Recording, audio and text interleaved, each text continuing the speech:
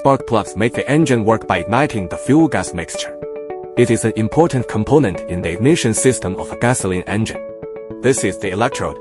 The core of the spark plug is the center electrode and the side electrode, respectively. The insulator surrounds the center electrode. It prevents the spark from spreading to the main body of the spark plug. The top part is the wire nut that connects to the ignition system of the engine. Let's take a look at the internal structure.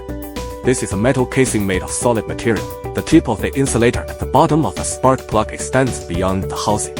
It ensures electrical isolation from the engine. The center electrode is connected to the wire nut.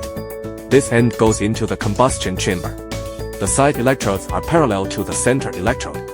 They work together to produce an electric spark. How does the spark form?